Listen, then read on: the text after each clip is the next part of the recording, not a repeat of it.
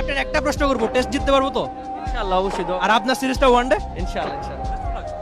মেহেদী Hasan Miraj one day series যাওয়ার কথা, মানে জেতার কথা জানিয়ে দেখে আর টেস্টে ইনশাল্লাহ বললেন। এই মিরাজের দিকেই কিন্তু তাকিয়ে বাংলাদেশ দল। মেহেদী হাসান মিরাজ আমরা দেখেছি আগে পরে, আপনি যদি সম্প্রতি হিসাব করেন যে সবশেষ 2 বছর যেখানে টেস্টে বাংলাদেশি ব্যাটারদের মধ্যে সবচেয়ে বেশি রান এই মেহেদী হাসান মিরাজেরই ছিল, তিনি কিন্তু নামের সাথে বাট। আপনি যদি পুরো ওয়ার্ল্ড ক্রিকেটের কথা চিন্তা করেন সবশেষ 2 বছরে তার চেয়ে মানে 7 বা 8-এ নেমে খুব বেশি রান কিন্তু করার মতো লোক নাই। সম্ভবত পাকিস্তানের আগা সালমান, অস্ট্রেলিয়ার অ্যালেক্স কেরি এই সবচেয়ে বেশি রান করেছে 7 বা 8-এ নেমে পুরো ওয়ার্ল্ড ক্রিকেট। বাংলাদেশি ব্যাটারদের মধ্যে সবচেয়ে বেশি রান সবশেষ 2 বছরে তার। আর বোলার হিসেবে তিনি দারুণ পারফরমেন্স করেন, আমরা দেখেছি এই সিরিজের মধ্যে। আপনি সবশেষ চট্টগ্রাম টেস্টের কথা চিন্তা করতে পারেন যুবকের সাথে, যেখানে তিনি একই দিনে সেঞ্চুরি 5 উইকেট পেয়েছিলেন। এমন কীর্তি এর আগে পুরো ওয়ার্ল্ড ক্রিকেটে কেবলমাত্র ইয়ান মোহাম্মদের ছিল।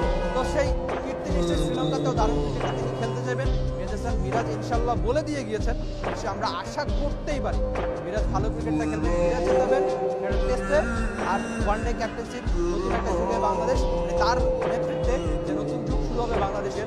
আপাতত 1 বছরের জন্য ক্যাপ্টেন্সি পাচ্ছেন মেহেদী হাসান মিরাজ, নিশ্চয়ই জিতাতে চাইবেন বাংলাদেশকে, সেটা ওয়ানডে টেস্টে তিনি যে ফরম্যাটেই খেলবেন আপনি সেই আশা করতেই পারেন।